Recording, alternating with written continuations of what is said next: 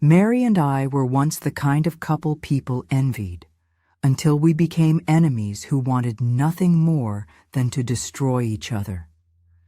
Every argument turned into a battle. Every conversation was a loaded gun. In the end, I swore, if I ever forget everything, I hope I forget you first. I got my wish. When I woke up in the hospital, I had no memories, no past, no name, only a dull ache in my skull and a woman sitting beside me, her fingers trembling against the blanket. She looked at me with a careful smile. "Too careful, Shawn," she whispered. "You really don't remember?" I stared at her blankly. Her voice softened, filled with something that sounded like relief.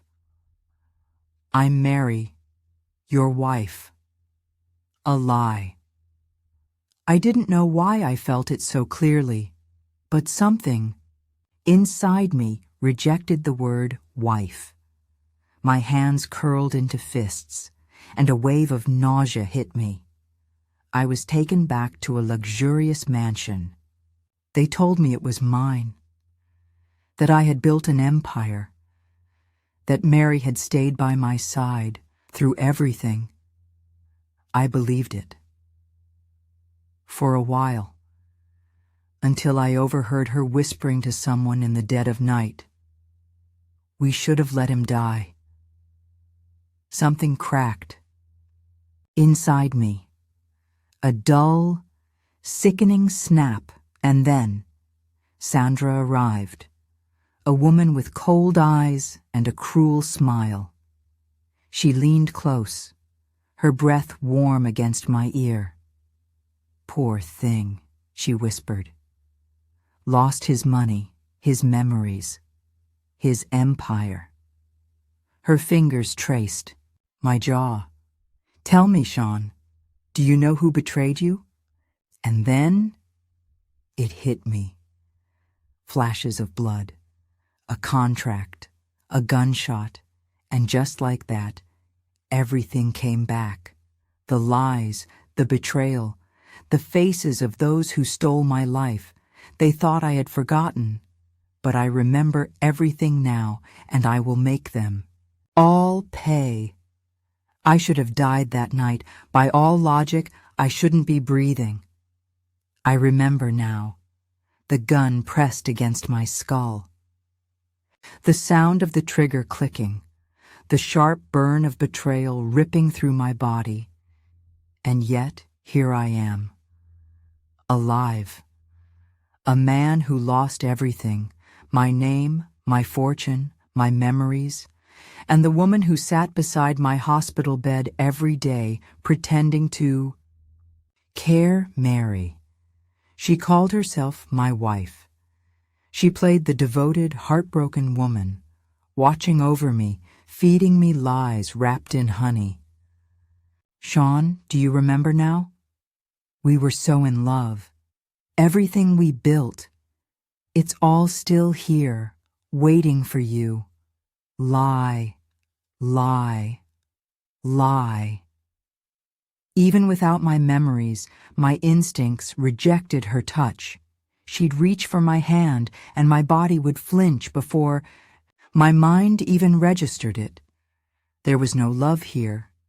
There had never been. Still, I played along. I let her tell her stories about the life we supposedly had. I nodded when she showed me the mansion, the business portfolio, the pictures of us, me, in expensive suits, her in designer dresses. I had built an empire, they said. But now I was nothing, and yet she stayed. Why? That was the first crack in the illusion. Then, one night, I heard her talking to Mark, my best friend, the man I had trusted with my life. What if he remembers? Mary's voice trembled, but not with love, with fear. "He won't," Mark whispered back. "Not unless you screw up. Just keep feeding him the same story. And if he does, then we make sure he forgets again, permanently. I lay in bed, my heart hammering against my ribs. That was the moment I knew I had been betrayed. The past. Before I lost everything, I had never been a good man. I was ruthless in business, cruel in negotiations, and I never played fair. But I was never blind. I had built my empire from the ground up. Sweat, blood, sleepless nights, I had clawed my way to the top with nothing but ambition and the belief that I was untouchable. I made enemies. I crushed competition. I burned bridges without a second thought, but I never expected my own wife and best friend to be the ones to take everything from me. Mary had been the perfect partner on paper. Beautiful, poised, the type of woman who could walk into any room and own it. But love? No. Ours was a transaction. She got power, luxury, status, and I got a wife who would smile for the cameras and know when to shut up. I never thought she'd aim higher, never thought she'd want everything. And Mark? The only man I had ever trusted. My right hand, my brother in all but blood.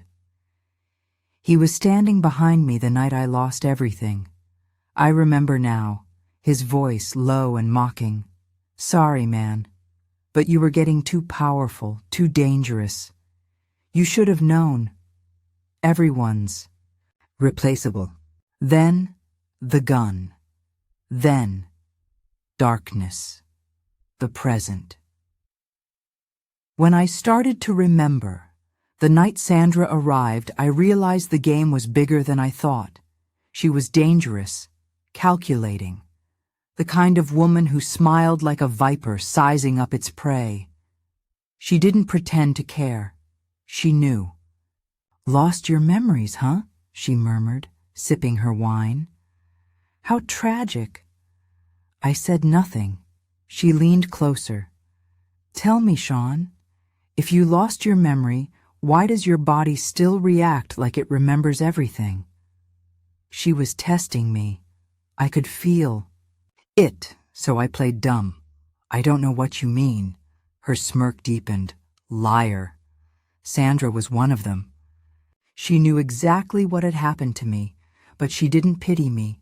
She was here for something else. That night, when I closed my eyes, the dam finally broke.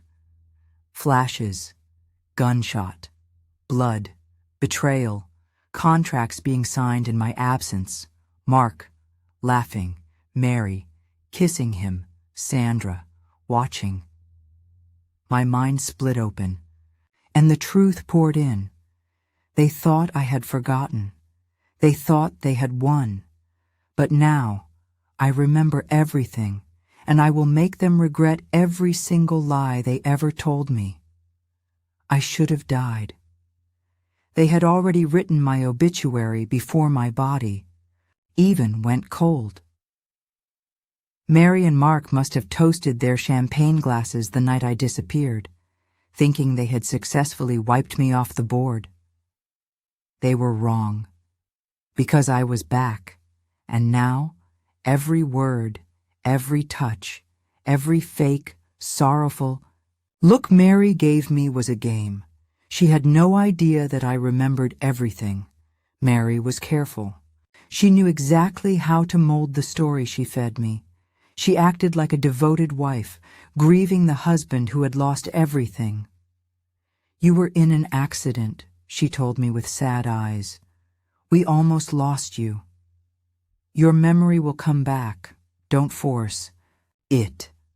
She was so convincing, but the cracks were already showing. One night I asked, "How did we meet?" She gave a nostalgic smile, twining her fingers through mine. At a charity gala, she said smoothly. You saw me across the room and said I was the most beautiful woman there. Lie. I had never believed in love at first sight. I had met Mary at a business negotiation. She was the CEO's daughter, the bargaining chip he offered me in exchange for power. I had married her for status.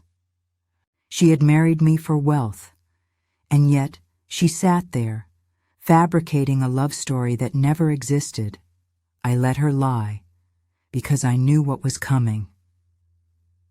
The hidden paperwork I found the documents 3 days later, a hidden file on Mark's laptop. They thought I wouldn't suspect anything, thought I'd forgotten how to hack into my own empire. They were wrong.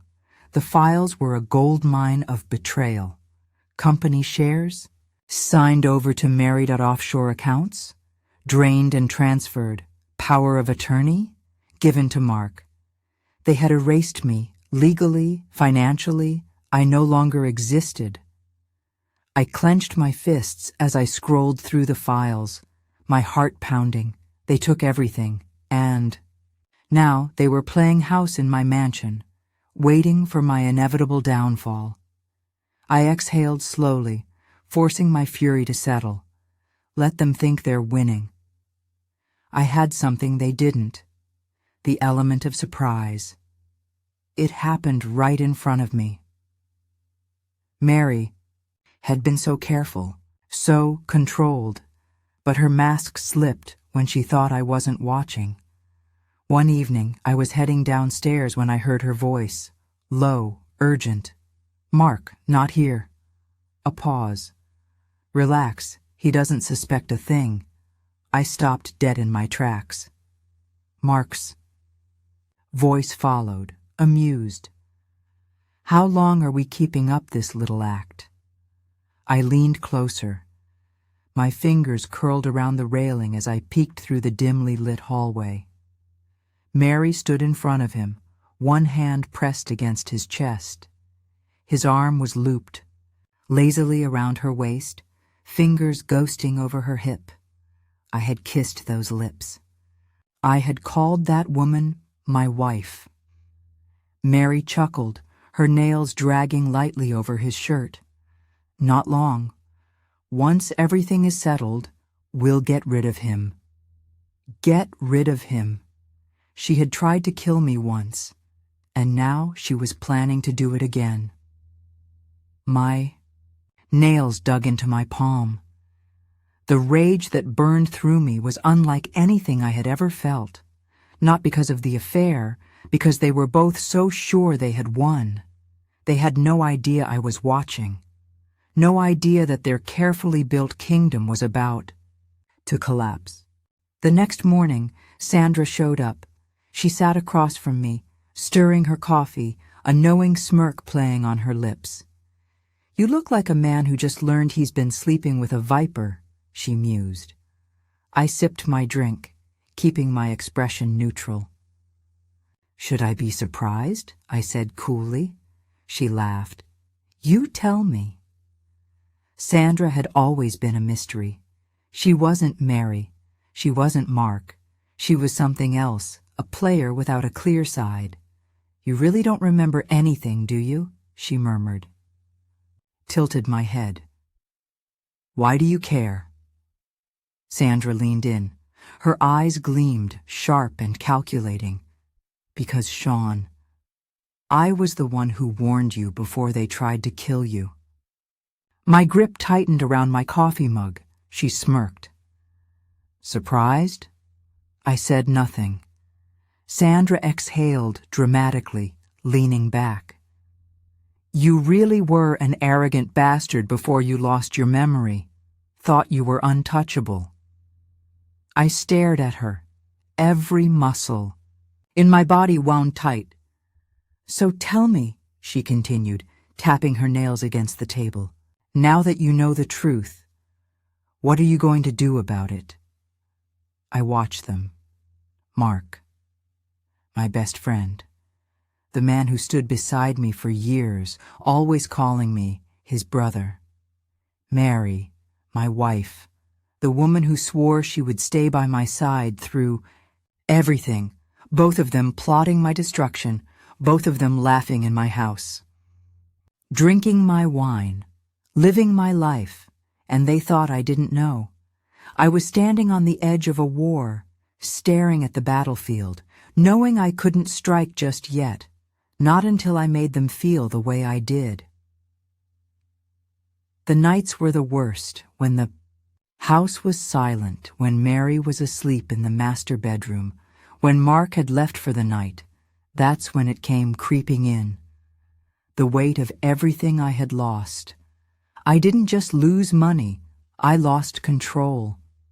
For years I had been the one in charge, the one people feared, the one who dictated the game, and now I was a joke, a helpless fool pretending to be grateful for the scraps they threw at me. Shawn, don't worry about the business. Mark's handling it for now. Shawn, rest. Just focus on getting better. Shawn, you don't have to stress yourself remembering things. Let me take care of you. Their voices haunted me. Every word, every lie, every calculated touch Mary placed on my arm disgusted me. I was suffocating, and yet I had to keep playing my role. Because the moment they knew I had remembered, they would try to kill me again. I met Sandra on the rooftop of a hotel. She was waiting for me, sitting on the ledge like she had nothing to lose. "You look like shit," she said, lighting a cigarette. I exhaled slowly, running a hand through my hair. "Gee, thanks," she smirked. "You're struggling, huh?" I didn't answer. She flicked her ashes onto the ground. "You want revenge, but you can't get it yet. You have to sit there, smiling like an idiot while they walk all over you." I clenched my jaw. She wasn't wrong. Sandra tilted her head, watching me carefully. "It's eating you alive, isn't it?" Yes, it was.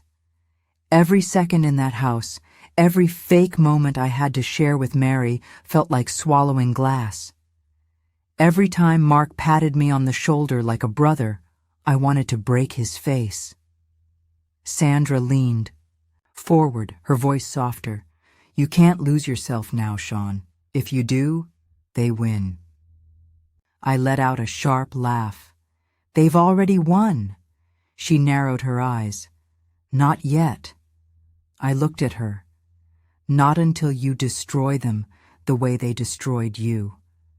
Her words hit like a gunshot. She was right. I couldn't let rage control me. I had to control it. Because I wasn't just going to win. I was going to make them beg. It happened 3 nights later. I had played my role perfectly, silent, clueless, obedient. And then, in the middle of the night, I woke up to whispers.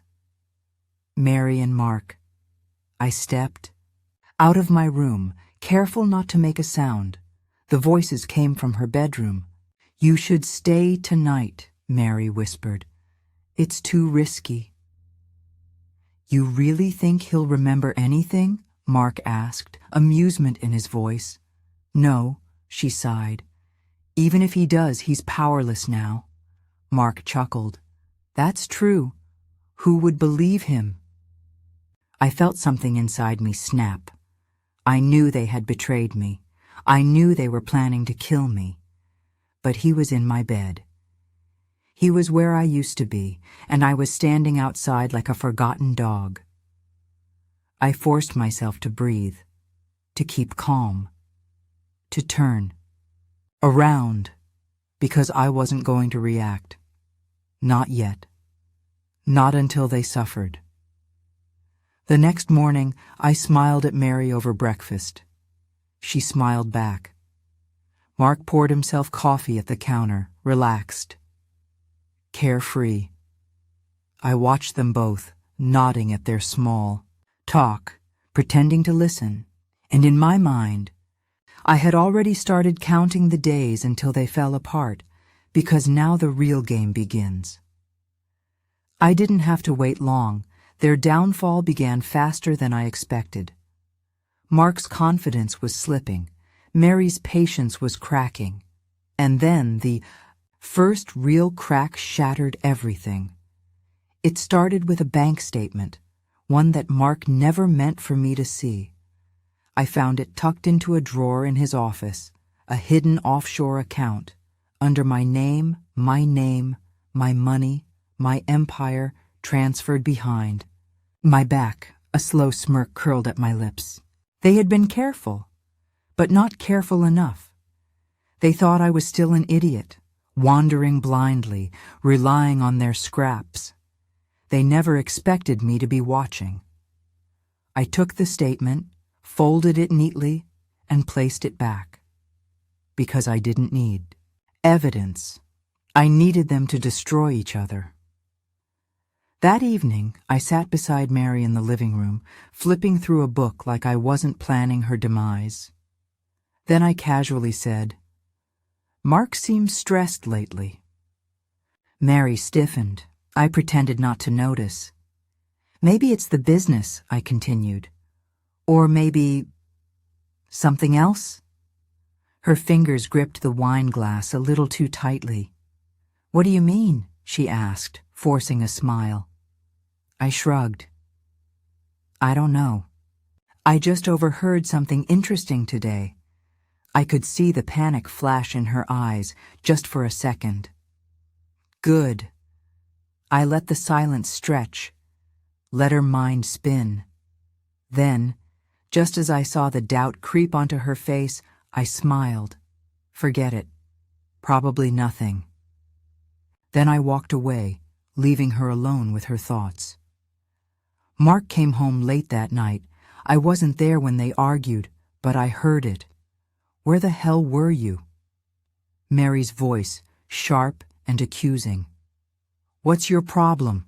Mark snapped back. "I'm asking the questions now, Mark. Don't forget who helped you take everything." I smirked in my room, listening to the venom spill. It was a beautiful sound, because this wasn't a crack anymore. This was the first sign of collapse. 2 days later, Mark slipped. He walked into the study where I sat, pretending to read financial reports, and his expression was tight. "Shawn," he said, voice forced, "what exactly do you remember?" I looked at him carefully, tilting my head like I was confused. "Not much." A pause. Then, "Why?" His lips pressed together. He didn't trust me anymore, but it wasn't just about me.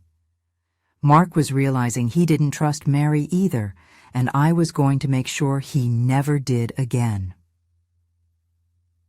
That night, I left a single bank statement on Mary's desk. She would recognize the numbers.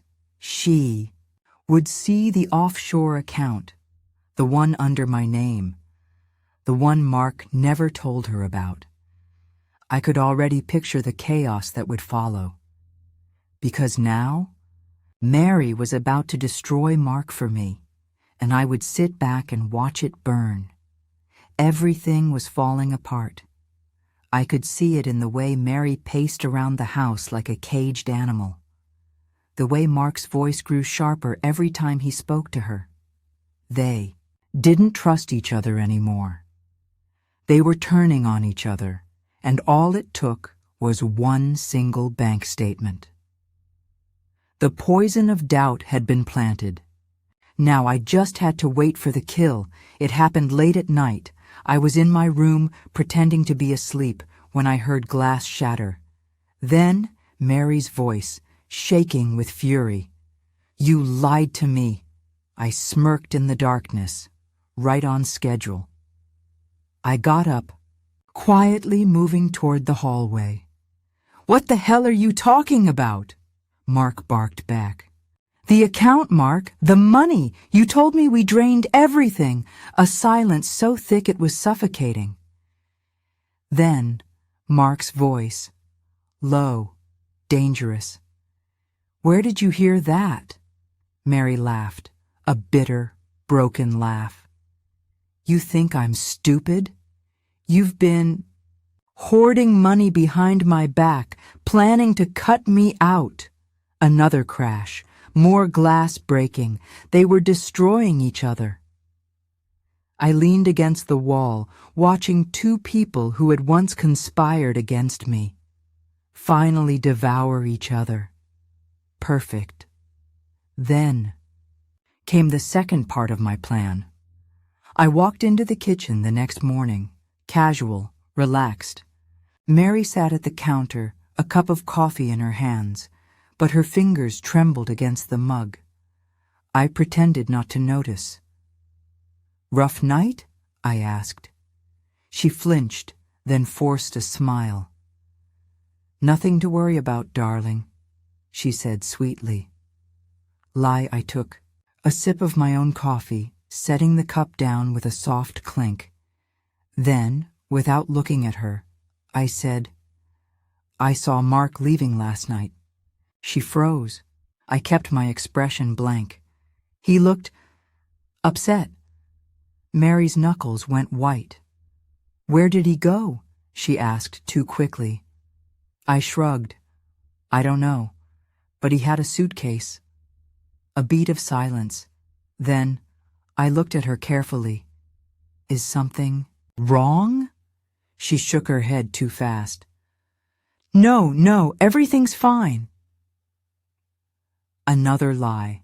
She thought Mark was running. She thought he had taken the money and left her behind. And now she was planning her next move. Exactly what I wanted. Mark was desperate. He showed up that afternoon looking haggard, his shirt wrinkled, his eyes dark. "We need to talk," he said, pulling me aside. I leaned back in my chair, watching him sweat. "About?" His hands curled into fists. "Mary." I tilted my head, pretending to be confused. "What about her?" Mark exhaled sharply, his composure cracking. "Think she's planning something," I frowned. "Like what?" He hesitated. Then, in a low voice, he said, "I think she's going to try to kill you." I almost laughed. "Oh, Mark, now you care about my life? Now you want to protect me?" I kept my face neutral. "That's crazy," I said. Mark's eyes were wild, desperate. "Listen to me, Shawn. I know you don't remember everything, but Mary isn't who she says she is. She's dangerous. We need to leave. We need to go somewhere safe until we figure this out." He thought I was still the gullible fool, that I would run with him, that I would trust him. I leaned forward, lowering my voice. "You really think Mary's the problem?" Mark blinked. "What?" I smirked. "You should look in the mirror sometime."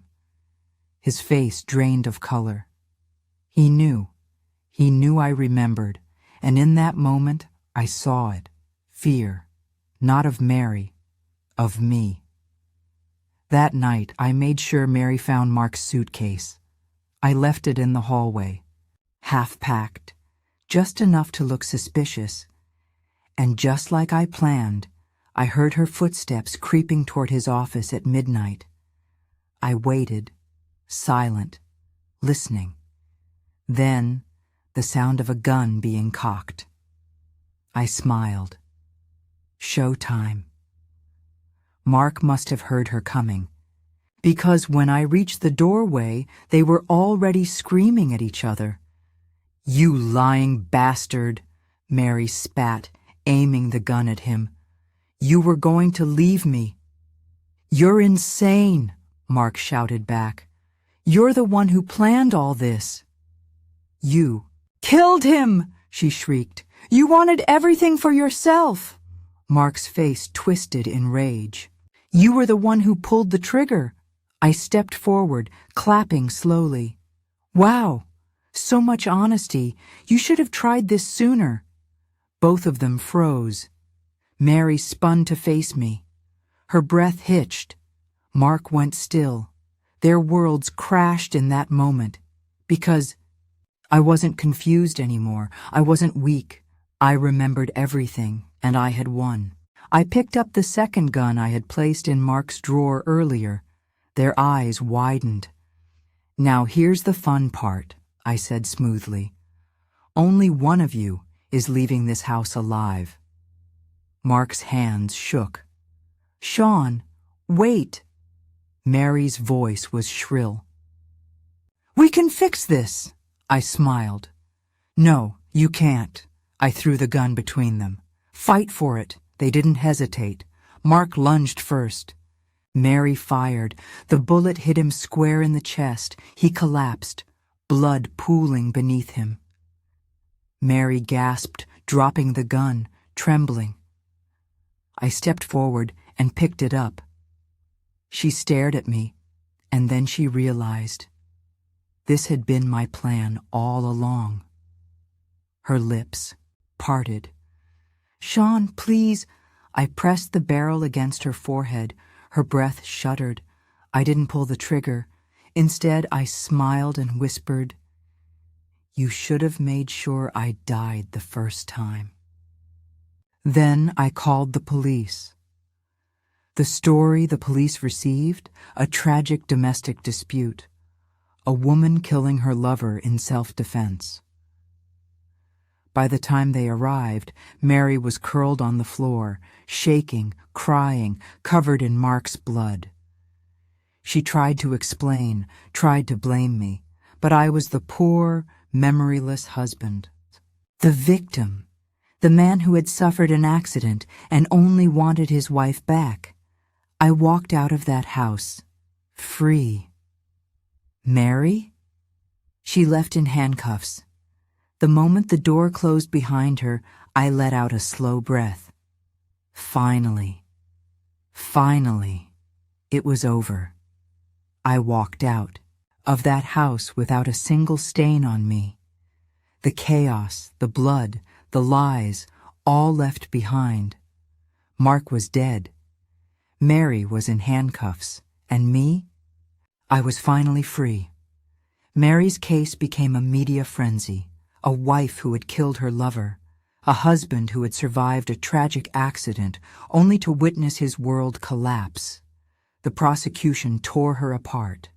You had full control over his estate, correct? You were financially benefiting from his accident? Did you ever attempt to take his life? Mary sat on the stand, her face pale, exhausted. Her hands shook. She tried to explain, tried to blame me. "He set me up," she cried. "He knew everything." "He was behind this," the courtroom murmured. I sat quietly in my suit, looking every bit the victim of betrayal. The judge sighed. "Mrs. Mary, do you have any evidence?" She looked at me then. For the first time, I saw true, gut-wrenching horror in her eyes, because she realized there was nothing, no paper trail, no recordings. I had erased every piece of proof. Mark was the only person who could have helped her, but he was rotting in the ground, and I had made sure of that. She was sentenced to 25 years. I went to see her one last time. She sat in the visitation room, her wrists cuffed, her hair tied back in a way that made her look almost unrecognizable. "You won," she whispered. I leaned forward, watching her carefully. "You never had a chance." She exhaled shakily. "You were supposed to die, Shawn." I smirked. "And yet, here I am." Her fingers clenched into fists. "You know," I mused, tilting my head. "You could have just divorced me. You didn't have to try to kill me." Her eyes darkened. "And what? Walk away with nothing? Watch you rebuild everything while I live off scraps?" I leaned back, sighing. "And now?" A bitter smile curled on her lips. Now, I have nothing. I stood up, adjusting my coat. Enjoy your time here, Mary, she scoffed. You'll never trust anyone again. You'll always be looking over your shoulder. No matter how much you won, you'll never feel safe. I gave her a slow, mocking smile. That's where you're wrong. Then I walked out, leaving her in that cold, gray room. Sandra was waiting outside the prison gates. She leaned against my car, arms crossed, watching me with amusement.